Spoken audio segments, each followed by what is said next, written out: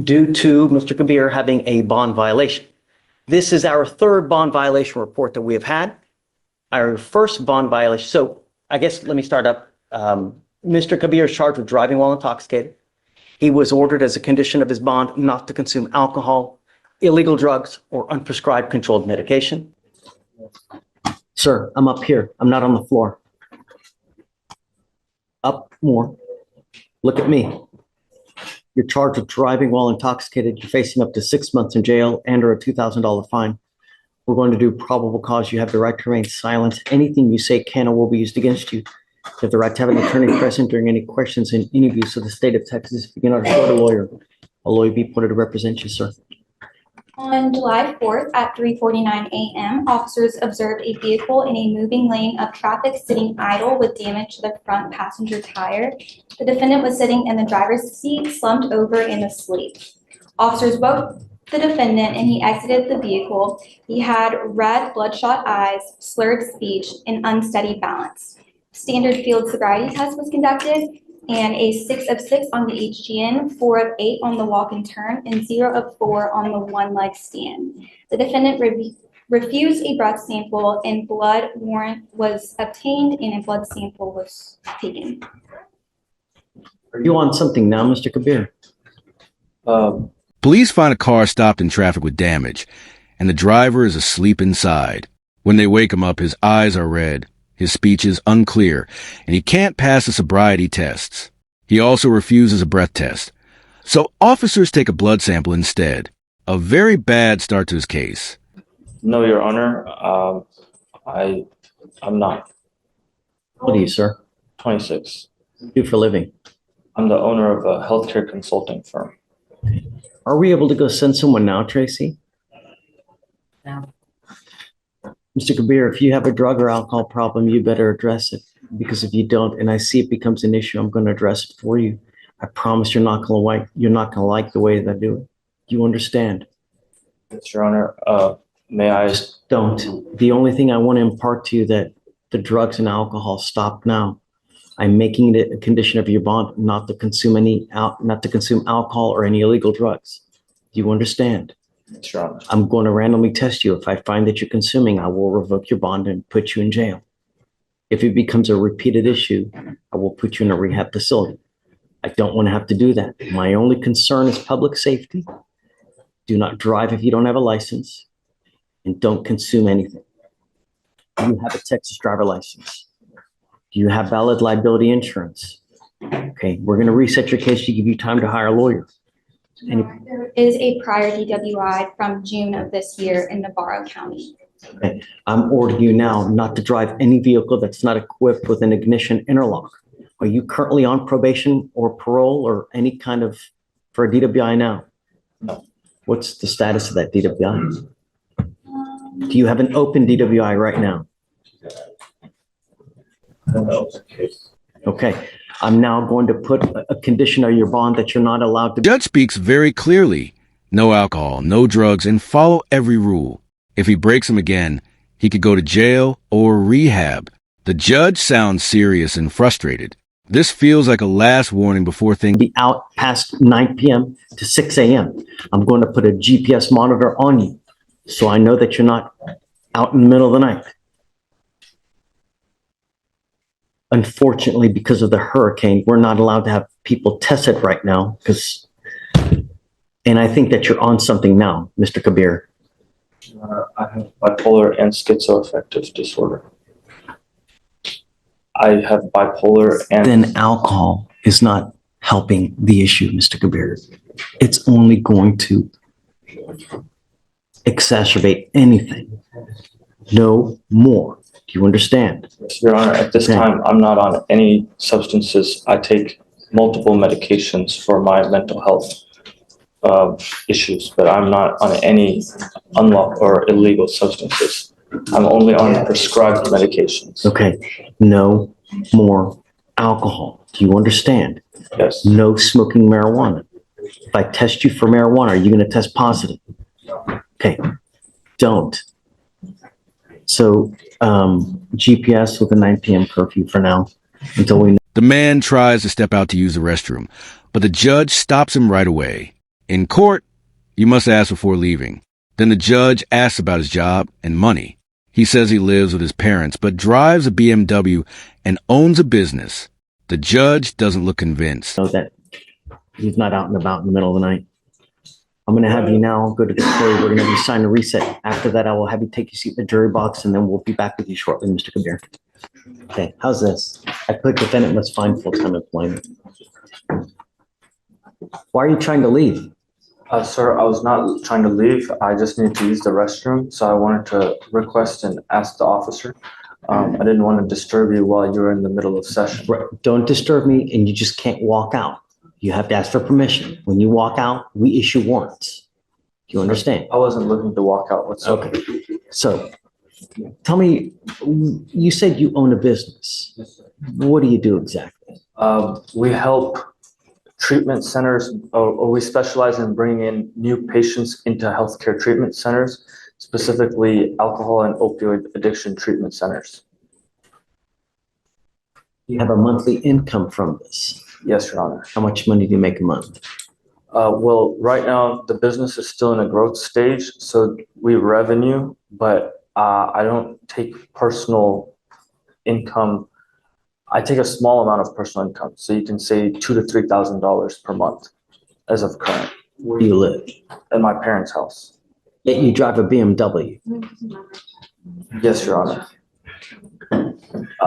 The revenues of the business are over that amount.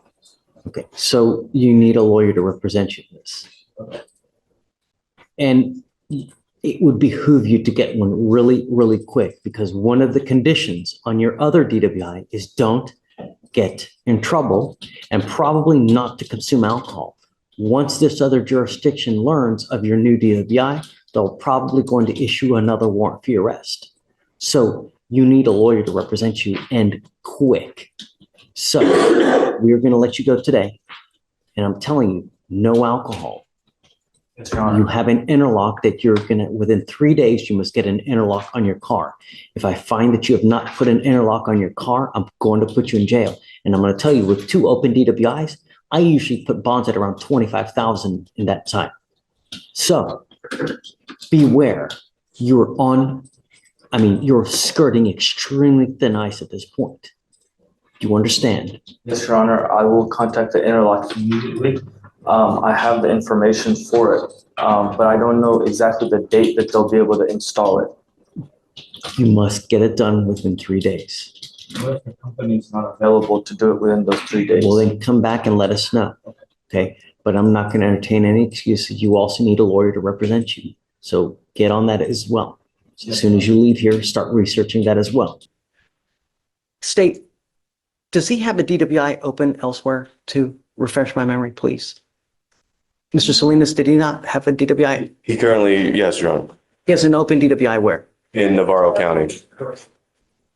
So we put conditions on him. I can't. Please, Felicia, The most recent ones, Judge, or there's been a few that we've amended over time. what are the current conditions now? The current conditions now are appear in court every time the case is set on docket, no new law violations, install a IID device in the vehicle, no driving without permission of the court, no drugs, no alcohol, plan to obtain a scram device, and to submit to drug and alcohol testing at the court's discretion. Did he have a curfew as well? No, Judge. He originally had a curfew, Your Honor, but because there were no issues with that, we had it removed. Okay. Yes. And so now our first bond violation report that we had was September 23rd, 2024. And in that one, he had been in lockout for failure, I guess, to pay. I don't know, which is weird because we normally always pay for all of them. A second bond violation report was filed January 6th, 2025.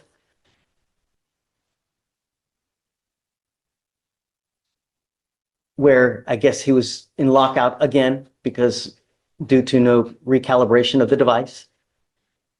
And we now, February 4th, 2025, have a third bond violation. And in this violation, the defendant was ordered to obtain a scram device and to refrain from alcohol consumption and not tampering with the device. The defendant's scram device has reported one consumption event that occurred on January 16th of 2025 at 11:55 p.m. It was also confirmed by a scram analyst as well.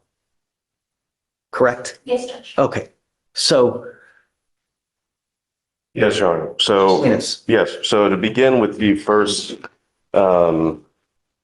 amended order for pretrial, so if the state wants a copy, I have a copy to show them, but sure. So, Your Honor, just going to the very first order, as Your Honor just noted, usually agency fees are waived for that. However, the box on that for saying that the fees are waived, I believe were not checked on that. Further, Your Honor, the main purpose here for your determination of giving someone bond in the first place is to establish that they come back to court. So are they a flight risk? And then also, are they a danger to the community? Now, Your Honor, if an interlock device is in lockout on a vehicle, it doesn't start. No one's driving that vehicle specifically. The court reveals this is already his third bond violation. A monitoring device shows he drank alcohol late at night, even though he was ordered not to. The judge's patience is clearly running out, and the situation is getting more serious. There's no way that they can. I could call a witness to testify that, but I know that you But that doesn't are aware of excuse you that. from violating the conditions. Your Honor, Are you justifying that because of that you can just? No, Your Honor, I'm trying to contextualize this because we've been here two prior settings before. I know you've concerned greatly about the number that it's at number 3 now. I'm trying to establish that the first and second, there was no indication of alcohol consumption or drug use during that time. It wasn't working.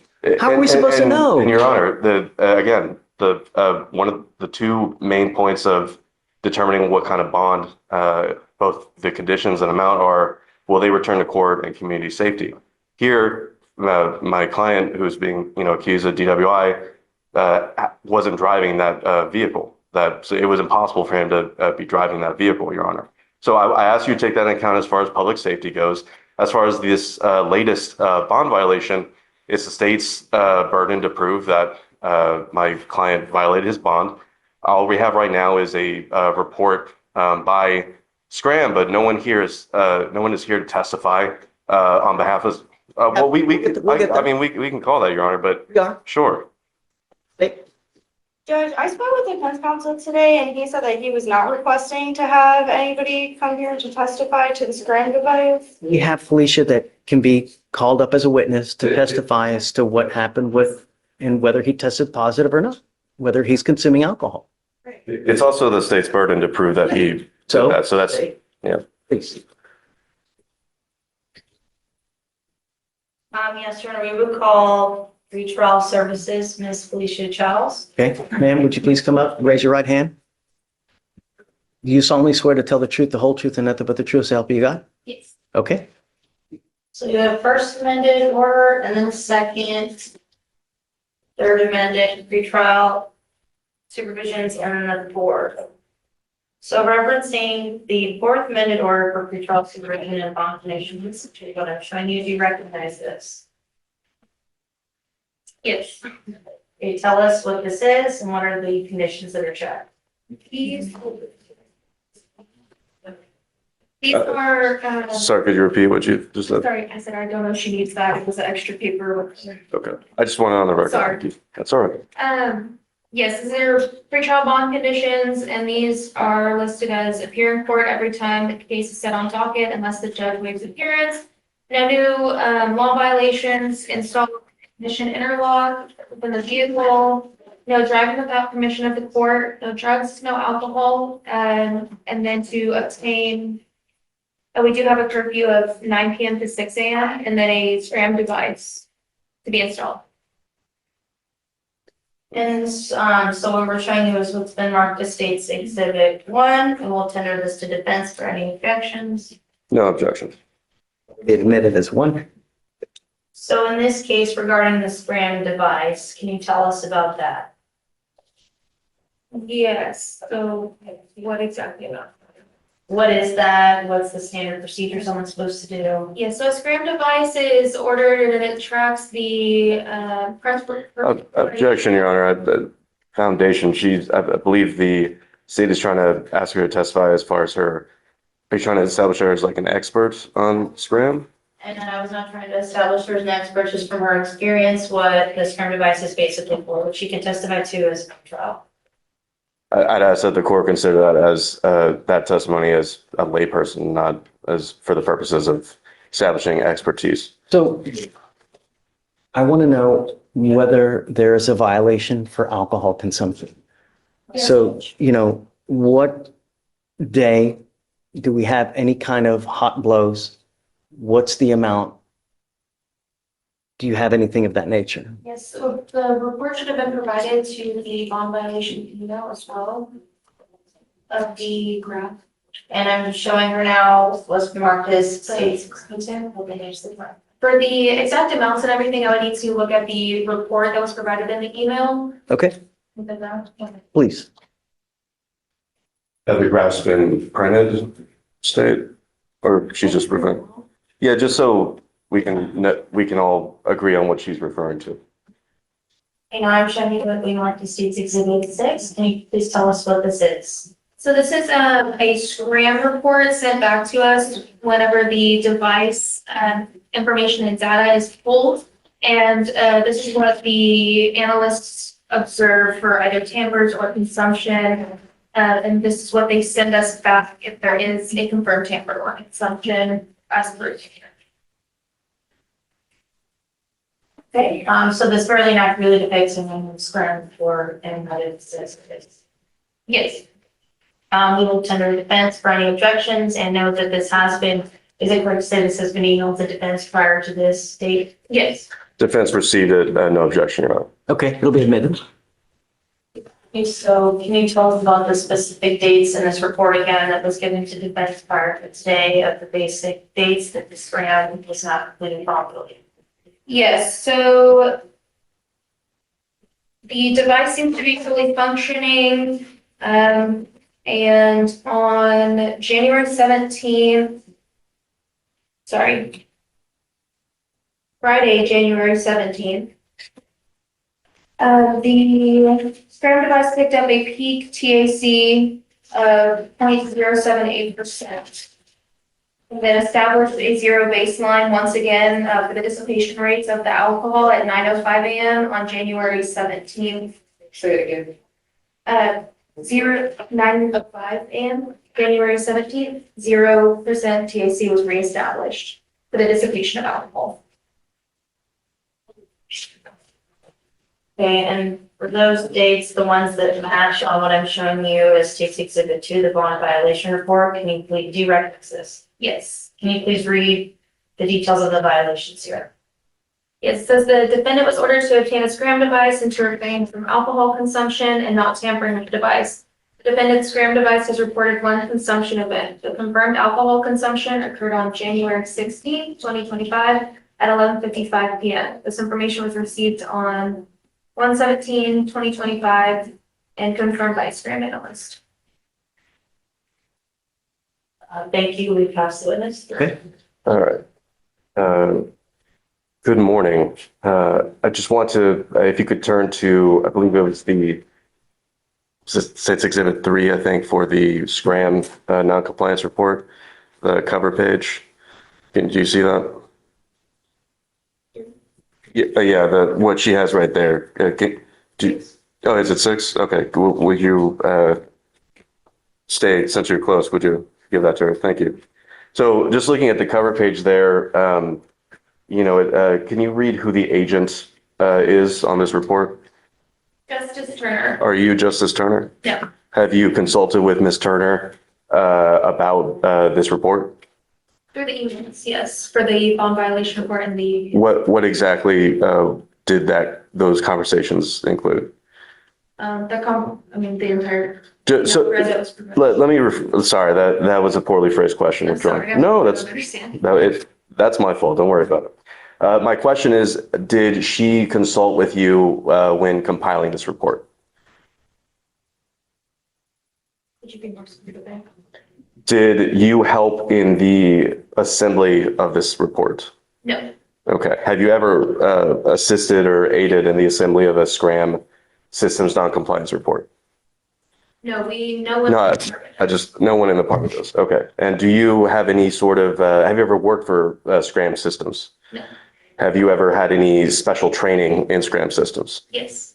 What is that training? I actually met with Ronald Grant from Sentinel, the regional representative, about maybe 2 months ago Mhm. to get an advanced knowledge of this device. This is one of the very few devices that I do have advanced knowledge in, but And not expertise. Sure. And what exactly did this person teach you? We went Briefly. through how to read the graph, kind of how to establish consumption versus a tamper, Mhm. environmental factors versus consumption, et cetera. Okay. So during that training, did you ever actually look at a physical device, the SCRAM device? No. So you didn't do any like live experiments where, like, for instance, you put on a SCRAM and then, drank alcohol to see how that works? No. No. Okay. And as far as Mr. Kabir's SCRAM device, have you examined it prior to this hearing? Me personally, no. Okay. And so is it fair to say that you've been thoroughly trained on the theory of SCRAM device and alcohol detection? What do you Is that fair to say? That let me rephrase that. So you don't have any actual technical experience with how the SCRAM device detects alcohol in someone's skin. Is that fair to say? think? I don't want you to think. It's a yes or no. I still don't understand. I'm trying to understand too. Do I not understand how a SCRAM device works, or have I not for myself? And Sure. So, this is pretty, is it fair to say like the science is kind of advanced here? Like when you received your training, did you have the personal opinion that that was advanced science that you were learning about? I believe so. Okay. And you don't, so basically it sounds like your training, and correct me if I'm wrong here, your training was mostly so you could be able to make sense of what a report says and not necessarily how the actual device itself works. Is that fair to say? Partially, yes. Okay. What's what am I We partially did go wrong about? over, yes, reading the graphs, but then also what kind of would entail, what would mess with the device. Okay. Essentially, as well with tampers, environmental factors with that, makeup Mhm. or placing something between the skin, how things are worked around with the device, how people evade from, having the correct reading on the device. Sure. And so that's, you basically learned that all in theory, right?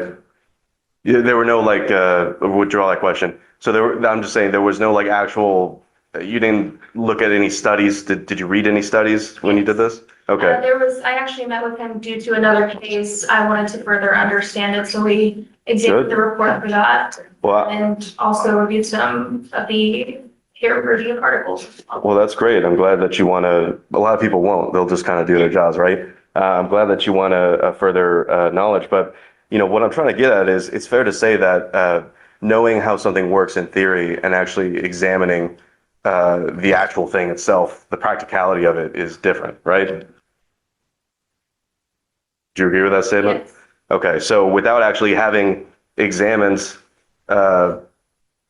in your own personal observation how a SCRAM device detects alcohol in someone's system, it seems that, is this fair to say that you're very, very well versed on theory, which is probably more than some other people, but not necessarily on the practicality of detection? Question asked and answered. Okay, just, let's go. Just answer the question. A court witness explains a report from the alcohol monitor. It shows alcohol was detected at night and then slowly left the system. This is not just talk. It's recorded data from the device, and it becomes a key moment in court. I don't know if that was an objection or sustained or. Let's just move on. I mean, we're here to see, is there a positive blow or not? She's testifying that there was. Sure. I'm just saying that this, I'll make my argument in closing. I don't have any further questions. Thank you. You know, okay, closing, or wait, hold on. Anything further from the witness? Two very quick questions, Your Honor. So do you get notifications if the scrum device has been tampered with? Yes, we get notified of tampers and consumption events. And you get notifications if it's been cut off? Like, just what's been going on with the scrum device? You get those notifications? Yes. Okay, thank you. No further questions. Matt? No further questions, Your Honor. Okay, thank you so much. Okay, argument. So, Your Honor, this is a pretty basic, simple case. The bond violation report is evidence the defendant was ordered to obtain a scrum device and for refraining from alcohol consumption and not tampering with the device. The defendant's scrum device was reported on one consumption event. This happened January 16th of this year at 11:55 p.m. and this information was received on January 17th of this year at 5:18 a.m. And clearly, there were up to 4 amended orders for pretrial supervision and bond conditions.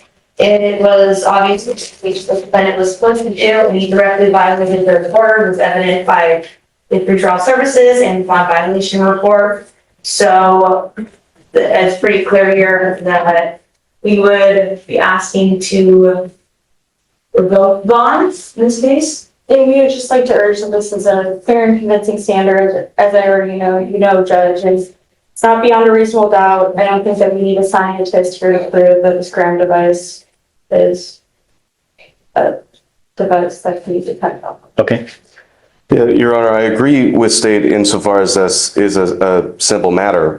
Where we disagree is, I think a scientist was needed. I think someone who actually has the technical know-how of how this violation report came to be.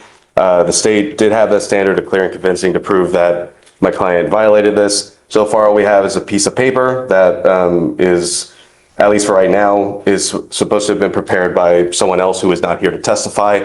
There's no ability to cross-examine them on their expertise, on any notions of false positives, on any issues that a technical expert would actually know about the device. And without that, Your Honor, I think it's very clear that the state failed to prove their burden of proof that my client consumed alcohol.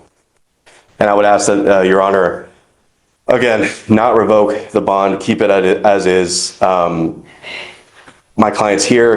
There hasn't been any warrants for his arrest issued since he's been coming to this court. And in the allegations itself of the underlying offense, there is no allegations of injuries or accident to persons. So again, just take into account that you need to take into consideration flight risk and safety of the community. Nothing that's been established here in this hearing or outside of this hearing should lead the court to believe that my client is a flight risk or a danger to the community. And with that, I'd ask that you not revoke the bond, Your Honor. And Judge, these devices are used. Say it again. These devices are used all the time.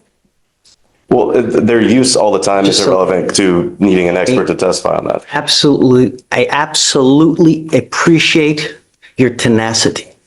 I have done everything in my power not to revoke his bond. He is on bond for a DWI in another county. He picked up a DWI here. He's had not one violation. On the first violation, I didn't take him in. He had a second violation. I didn't take him in. Now he has a third violation. It would be unreasonable for me not to. I told you that there was no tolerance in this case. You yet refuse to comply with bond conditions. I find by clear and convincing evidence that you refuse to comply with bond conditions, and I have bent over backwards not to put you into custody. But now we have a positive blow. We have someone who has testified to it, and I believe it. So I am now revoking your bond. He goes with you. When we have the positive THC or stuff. He had a positive THC, right? Yeah, that we sent him earlier this week. He also tested positive for THC. marijuana as well. Well, Your Honor, Here this week. that wasn't, are we still on the record then? On the, okay. Well, I would also want someone to come testify about that, Your Honor, but you know, that I'll make, I know, but I know you already made your ruling, but I was ready to testify on that because they don't have anything on chain of custody on the test itself, on whether it tests cannabinoids, which Delta-8, hemp. There are a bunch of things that are THC related that could pop positive for THC that aren't THC. Regardless, we admonish him not to put anything in his body that doesn't have any delta whatever. Regardless, it's number 3, goes with you. Off the record. Sorry. Thank you, but I just can't, with an open DWI and a third, that's it. I can't just keep doing it, you know? At some point, I become an enabler, and I can't do that. I can't keep doing it, you know? So. Well, I mean, Your Honor, I understand you revoked the bond. Would you consider raising it to? Well, I am going to raise it, right? I'm going to raise it to 7503 now. Well, and look, I'll just, if you could take this into account, Your Honor. This is a hired client. You know, he has every intention of taking this case to trial. So I would, you know, just, I'm not cheap, Your Honor. So if you could keep that into consideration on that. It's, you know, and it's I understand. representing him in Navarro too. No, I'm in touch with his counsel there, but no, I'm not representing him there. Okay. Yeah. But tell him this, that he's lucky that they didn't revoke him on the first 2 cases, considering that he has an open, you know, really, because, and I'm telling you now, I don't know how I didn't, but I can't just keep doing it. I can't. 75. 7503. After many warnings and chances, the judge decides enough is enough. He lists all the violations and says he tried hard not to jail him before. But now, with another positive test and repeated problems, the bond is revoked. The decision hits hard in the courtroom.